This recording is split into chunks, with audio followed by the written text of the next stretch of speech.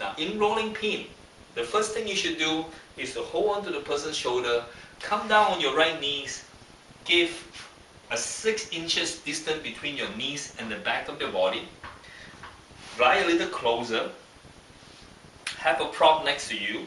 Now, it's very important to keep this distance. This is the tips that I would give you in Thai massage.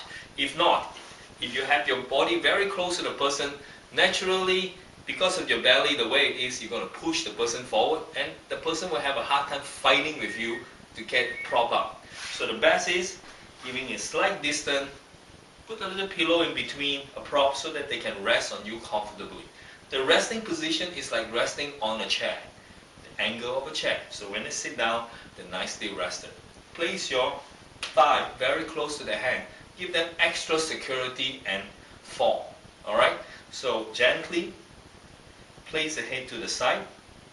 Place your arm very close to the base of the neck. Rock in and roll. Rock in and roll. And while you're rolling, you put your mind eye onto your arm and try to listen to the shoulder.